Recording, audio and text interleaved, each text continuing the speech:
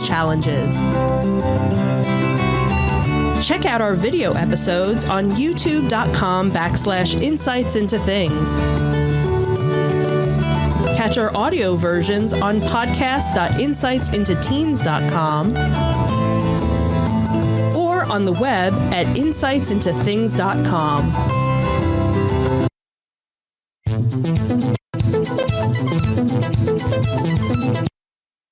Welcome back to Insights into Tomorrow. We're talking student debt today. So let's just take a quick brief history of what student debt has looked like in the United States. Student debt really didn't come into being until around 1840. The first student loans in the U.S. were offered exclusively to students at Harvard in 1840. Public student loans didn't arise until the 20th century. So it's kind of a whole new concept as far as taking loans to go to college. And, the instance of people going to college didn't really increase too much until around the 1940s. So in the 2 decades prior to the institution of federally guaranteed student loans, the U.S. experienced a significant increase in college attendance, thanks in part to the GI Bill in 1944. So fulfilling the need for affordable higher education, the GI Bill subsidized, or in some cases completely covered, the cost of college education for nearly half the Americans returning from World War II. We jump forward to 1972, and the HEA was amended to ensure, the HEA being something that was up top there that I didn't talk about. The Higher Education Act of 1965. Sorry. Everybody knows it. It's one of the big bills. Yeah. If you're listening to this show, you should already know that. So the Higher Education Act was amended to ensure that education programs whose students were receiving financial assistance and student loans did not discriminate based on gender. I'm sure they didn't discriminate based on anything else. It's an evolving process, okay? So by 76, 77, all undergraduate students became eligible for Pell Grants. Together, these two popular programs further increased college attendance rates by providing financial assistance to individuals who previously could not obtain it. So the focus so far at that point was not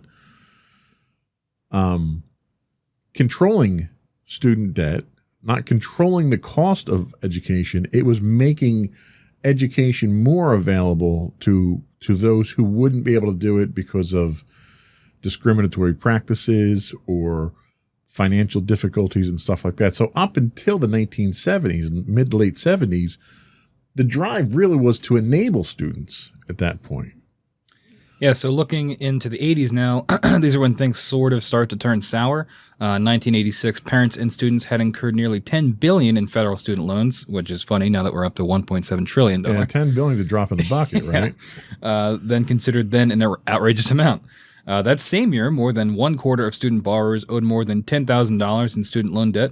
Adjusting for inflation, that's about $21,000 today. So this is sort of where you start to see that this is sort of getting out of hand. And into the 1990s, student loan debt begins to skyrocket. In 1993, the average debt of a bachelor's degree was approximately $9,000, and within just 5 years, it was $15,000, and by 2003, it was almost $20,000, coming in at $17,500. And then finally into the 2000s, today the average loan debt, which we already mentioned, is roughly $30,000. Though one recent study by the Fidelity Investments puts that figure closer to $35,000.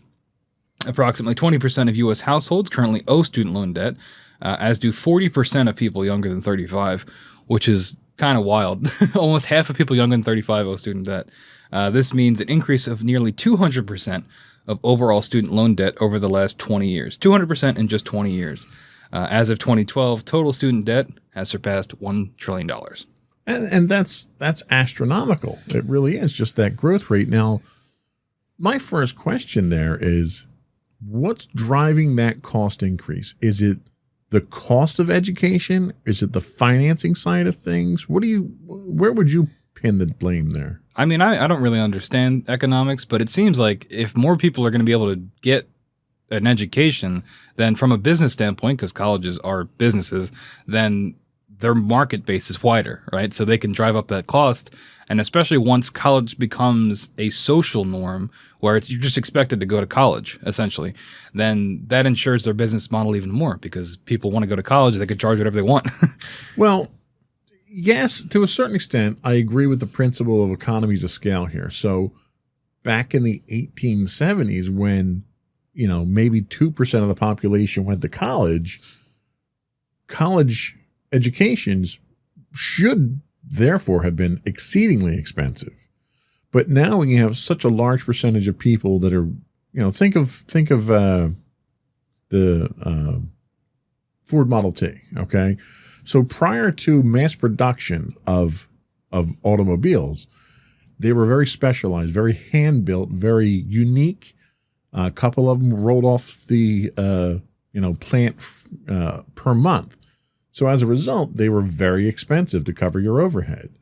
Well, when the Model T comes around and you're rolling hundreds of these off the assembly line per day, you can now produce them, thanks to economies of scale, you can produce them much cheaper and then distribute that overhead cost across many more customers.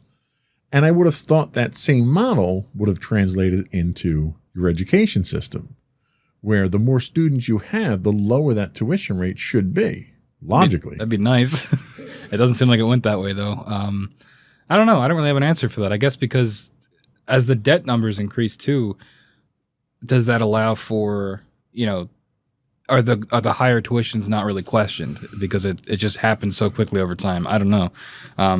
It would be nice if that logic applied, where if the more people went to college, the cheaper it was, but it seems like it's the opposite. It does. And then I have to take a look at what's the cost of college. What has gone up so dramatically for a college education?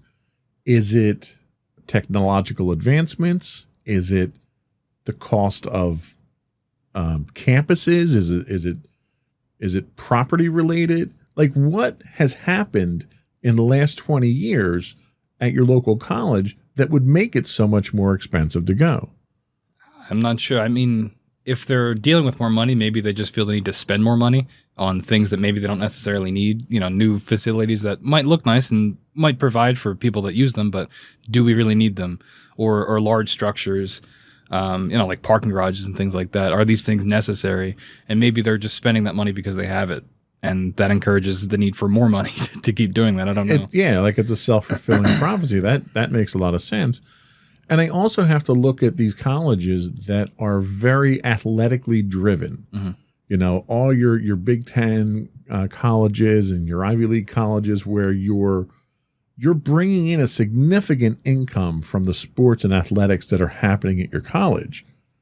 Why isn't that going into lowering the cost of tuition for your students? Yeah.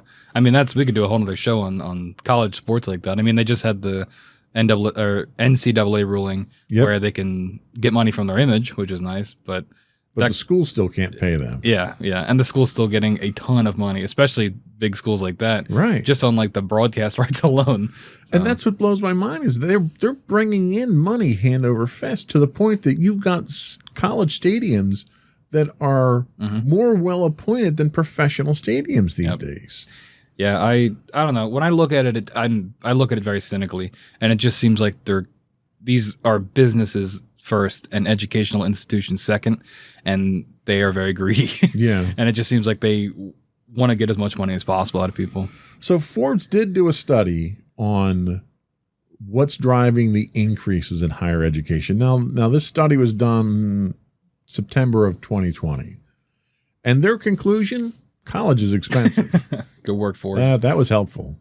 They said since the 1999 to 2000 academic year, the net price of tuition, fees, room and board at a public four-year college has increased 68%. 68% in 20 years. That's insane. The amount borrowed to go to college each year has doubled in the same time. And today, the cumulative federal student loan debt is over $1.54 trillion, more than double the amount of 2010. That's insane. They say that much of the focus around student debt is around rising tuition, and for good reason. As states disinvested in higher education, tuition increased across the country. Published tuition at public four-year colleges rose by 36% from 2008 to 2018, and in many states, tuition rose even more. Today, most student funding from states is 8.7% less than it was before the Great Recession, which should be a warning sign given the current economic situation. So there's a good driving force there that we're not talking your Ivy League schools. We're talking your state-sponsored schools. In New Jersey, we're talking your Rowans, your Rutgers, ones that get funding from the state. The state has now cut back because of economic concerns. Yeah, I mean, that makes sense. States cut the funding, so the colleges have to raise tuition. Now, do they have to raise it by 68% in 10 years? I don't know. Well, not when you're only cutting it by 8.7%. Yeah, exactly. How do you justify that? Yeah. So many have proposed making public college tuition free, which I don't think I'd argue with that. But that alone won't address student debt going forward because tuition isn't the only driver of student debt.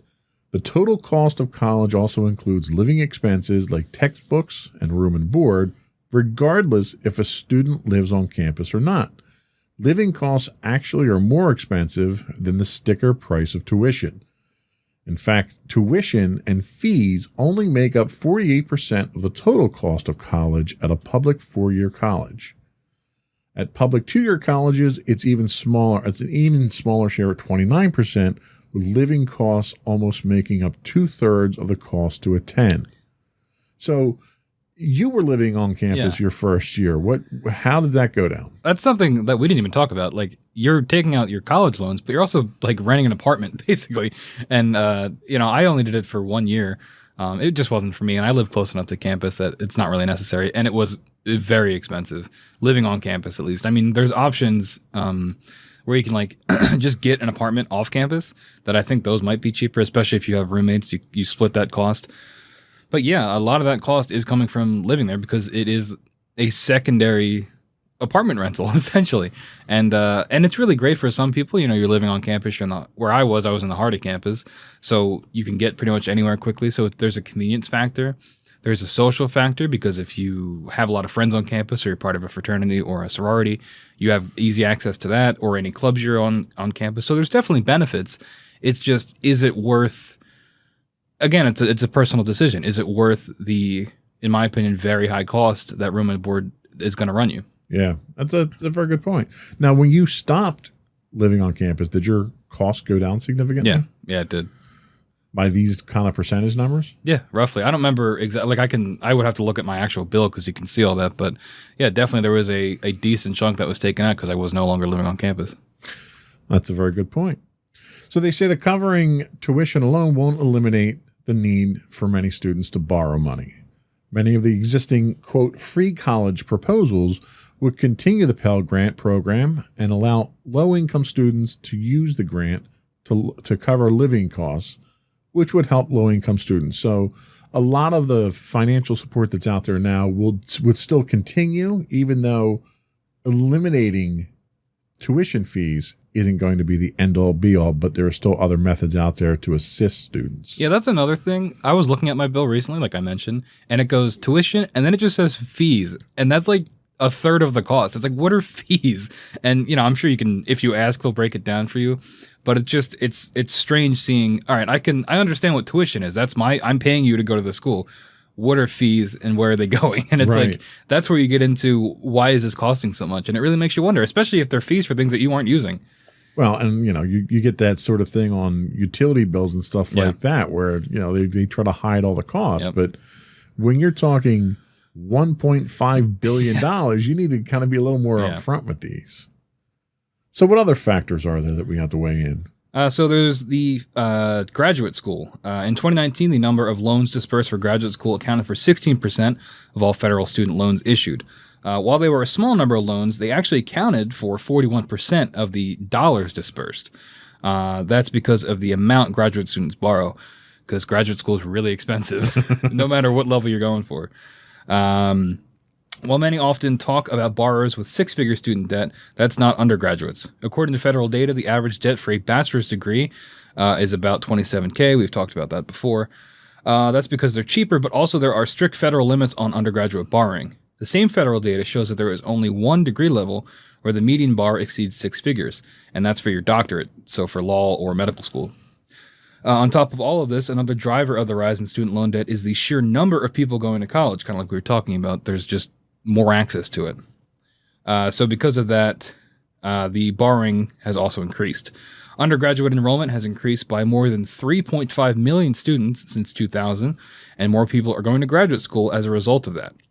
From 2000 to 2018, enrollment for graduate school increased by 41%. The rise in cumulative debt looks astounding, but it's also important to consider all pieces of context that contribute to that increase.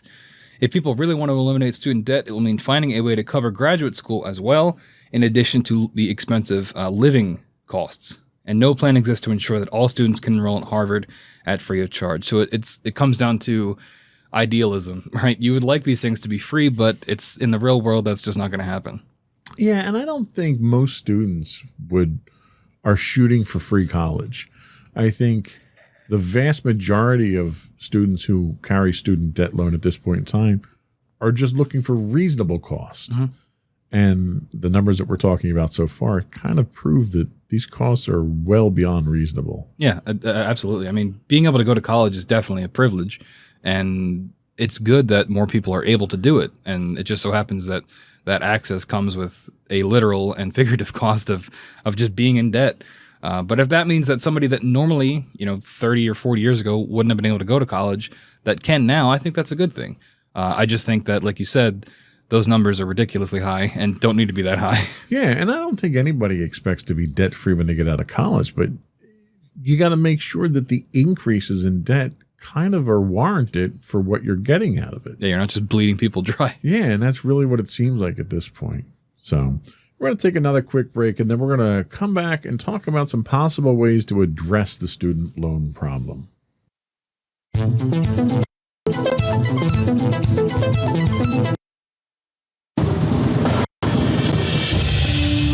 For over 7 years, the Second Sith Empire has been the premier community guild in the online game Star Wars: The Old Republic. With hundreds of friendly and helpful active members, a weekly schedule of nightly events, annual guild meet and greets, and an active community both on the web and on Discord. The Second Sith Empire is more than your typical gaming group. We're family. Join us on the Starforge server for nightly events such as operations, flashpoints, world boss hunts, Star Wars trivia, guild lottery, and much more. Visit us on the web today at www.thesecondsithempire.com.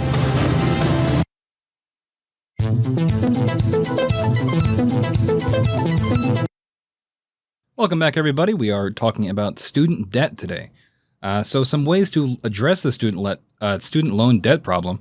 This is coming from the University of Washington. There's the Student Loan Fairness Act. The Student Loan Fairness Act proposes to tie interest rates to the Federal Reserve discount window rate. I don't know what that means. I'm not an economist, but that sounds like it might be a good thing. Student loan borrowers are currently paying 9 times higher than the banks are able to borrow for. These rates would apply to federal subsidized Stafford loans. The Student Loan Fairness Act would offer borrowers the 10-10 loan repayment plan, which limits the payment on student loans to 10% of discretionary income. This is already offered with the income-based repayment, which I think I mentioned earlier when I was joking that they're just going to take from my wages. One of the big differences is that the proposed 10-10 repayment also offers a maximum capitalization of 10% of interest over the loan that was taken out. This means that your loan balance will never surpass your original balance plus 10%. The Student Loan Fairness Act would allow borrowers a year in which they would be able to convert their private student loans into federal loans if they qualify. And even if you don't qualify for the conversion, the mere fact that this option exists will force private lenders to work with their borrowers and offer programs to parallel what is offered in federal programs. And then finally, the Student Loan Fairness Act offers forgiveness to public sector employees after only 60 months. So that just, I don't understand the larger terms, but in general, that sounds like it'd be a good thing. So to kind of put this into perspective, when you go and you get a mortgage, okay, so you buy a house for $100,000, let's say, just to keep the number simple. What they'll do is they'll charge you an interest rate, we'll say 5%, and they'll amortize that over the course of the loan. And basically what that means is they front load your interest payments at the beginning of your loan, and your interest payments will gradually decrease as you pay the loan off. You're going to pay off at a maximum of that 5% of the loan. You're never going to pay more than that 5% of the loan. But what they do is they make sure they get their money up front there, and then the principal gradually increases the further you pay down. What they're saying here is your student loans will be capped. One, they'll be based on what the Federal Reserve rate is, plus a reasonable profit over that. So when you go and get a loan now, your interest rate that you pay on your loan is, if you get a fixed rate, it's based on prime rate plus whatever the bank is charging for their income there. And then the bank has to then pay their underwriters and all that stuff based on what they make from you. But if you take out a loan, I mean, basically what they're doing with student loans is like what a loan shark does. You know, I'm going to charge you 100% a day on what you borrowed. And by the time you pay off that $100,000 loan, you've paid $400,000. Way more than you borrowed. Yeah, which is ridiculous. And what the federal government's saying, no, you're going to not pay more than 10% on what that value of that loan was. So if you borrowed $100,000, the most you'll ever pay back is $110,000. Yeah, that sounds great. and it makes sense. The problem comes with who's investing in those loans at this point in time. We'll talk about that in a little bit. Okay. So the Levy Institute recently published a proposal for canceling all outstanding student debt. The federal government would write off the debt for which it itself is the creditor, the majority of outstanding student loans, and it would assume payments on behalf of borrowers for those loans that are held by private lenders. The population student loan balance would be reduced to zero, a radical solution to the student debt crisis, but one that deserves serious attention given the radical scope of the problem. Economists believe the student debt cancellation would be modestly stimulative to the macroeconomy, increasing annual GDP by $86 per person, which would bring us up to $106 billion per year. It would increase the demand for labor and therefore slightly reduce the unemployment rate. They argue that student debt worsens household balance sheets, and that weakens, the weakness is one of the key mechanisms holding back economic growth. They go on to say that it amounts to around the same size in net dollar cost to the government as the recent tax giveaway to the rich, although with a very different beneficiary population. Yeah. You got to convince the rich white guys to let other people get some of that money back. And that's a hard ask. That's the hard ask, yeah. So the other concept is free college, quote unquote free college. Free tuition at public colleges and universities, eliminate federal government's profiting on student loans, cut interest on student loans, allow students to refinance loans at today's interest rates, allow low-income students to use federal aid to cover room, board, books, and living expenses. Now, this is sort of like the wish list solution that they have, but some of it makes sense. So, for instance, nowadays, if you have a house and you bought your house 10 years ago and you got a 5% mortgage, which would have been exceedingly high, you can go back to the bank after a certain period of time and refinance that at a lower rate. You can't do that with your student debt. Mm-hmm. So if you got a rate of 15% on your student debt, which is essentially what a credit card rate is, you can never go back. You're always paying that amount for the life of the debt. Which is going to bleed you dry. Right. So you don't have, with student loans, you don't have a lot of the same rights and freedoms that you do with other financial loans that you might take out. And I think one of the things that pretty much all of these programs are trying to do is level that playing field to make it more fair. Yeah, I mean, that seems reasonable. And like, I look at things like this and it feels like it's by design, especially because it's the demographic of, I think we said earlier, 18 to 29-year-olds, somewhat, green to the world. And when you're taking on these huge loans that you then later have no control over, it feels predatory. Yeah, extremely absolutely. predatory. And I think one of the problems that we're seeing now is a lot of different solutions are coming into play at different levels, different state levels. The federal government's got a couple in place. So nobody's coming out with a unified plan with this. Like, for instance, University of Michigan created the High Achieving Involved Leader Scholarship. The Tennessee Promise, which was adopted in 2014, offers 2 years of tuition-free community college or technical school to all high school graduates. All these different proposals all have pros and cons to it. And I think what you need something at the federal level that melds all of these different programs together to try to give us really the one-size-fits-all answer to it. Yeah, definitely. Some of those other programs, you have the Education Trust, which goes with a scorecard program based on some of the following criteria. Covers at least 4 years of tuition and a bachelor's degree at a 4-year institution. It helps low-income students cover living expenses, includes adults and returning students. No college GPA requirement above 2.0 or a C average. C's get degrees.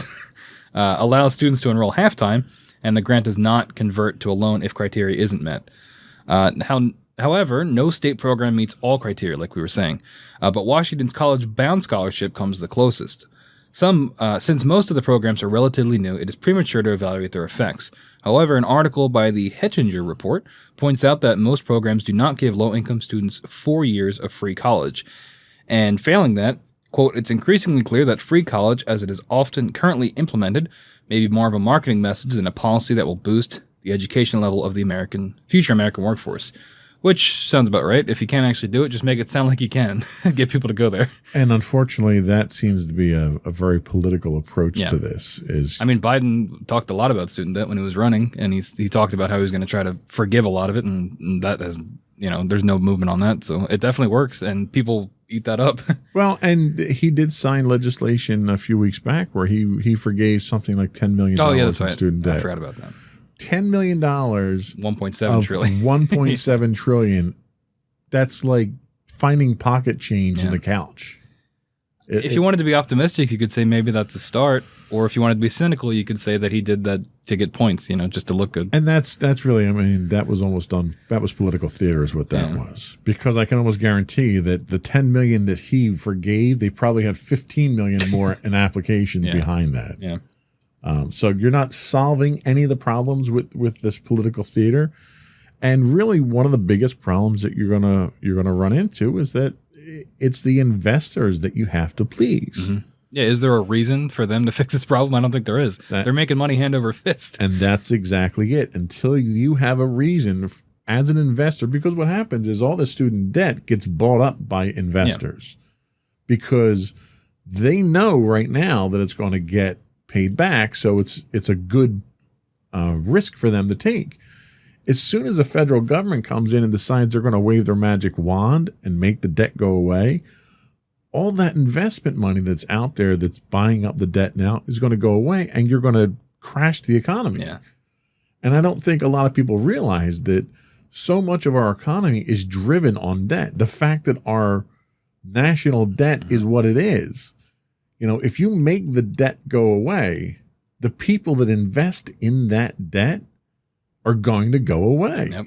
Didn't that happen with the mortgage crisis? Like, that was all based off of people's debt and who owned that debt. And then when things started to go under because people couldn't pay that money back, everything like domino effect fell. Right. Like, people look at debt and think, oh, well, no one should be in debt. Debt should go away.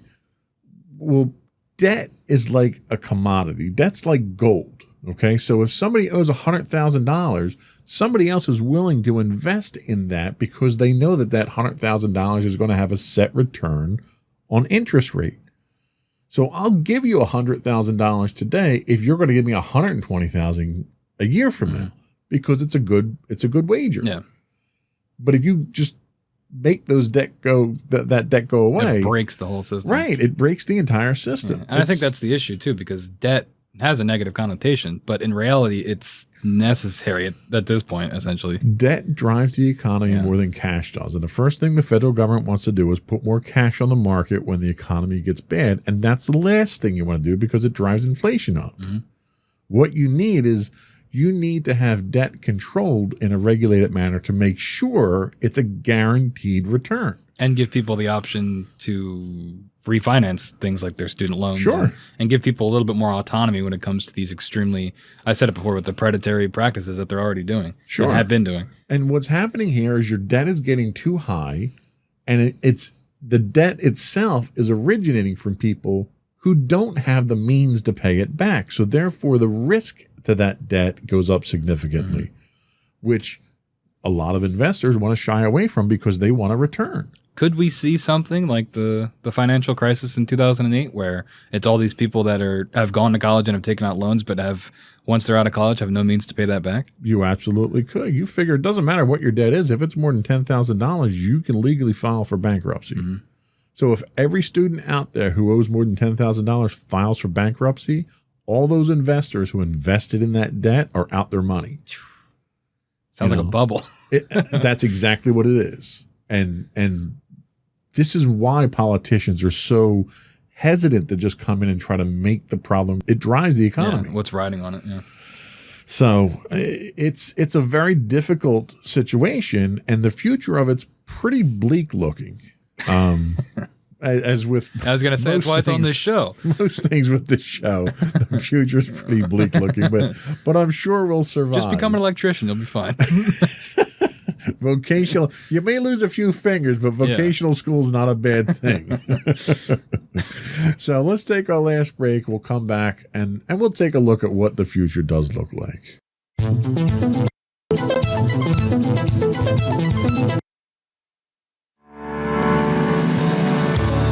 Insights into Entertainment, a podcast series taking a deeper look into entertainment and media.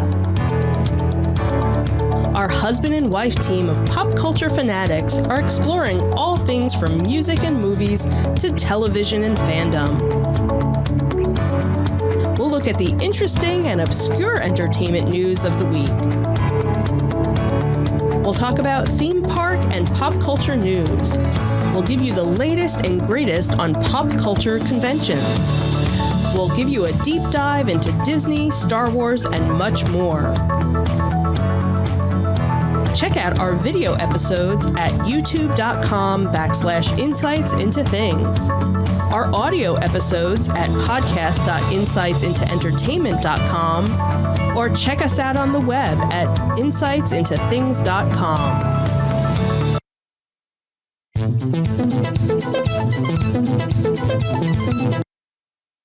Welcome back to Insights into Tomorrow. We are talking student debt, and we're going to take a look at what the future of student debt holds for us. So according to onlinecolleges.net, the silver lining in all this is that policymakers, college administrators, borrowers, parents, students, and prospective college enrollees are at least aware of the problem, and many are proposing solutions. So nobody's pretending that we don't have a problem here, which I guess is a silver lining. I think it's kind of hard to ignore the problem. So $1.7 trillion. Yeah, I mean, okay. Pink elephant in the room. At least we're talking about it.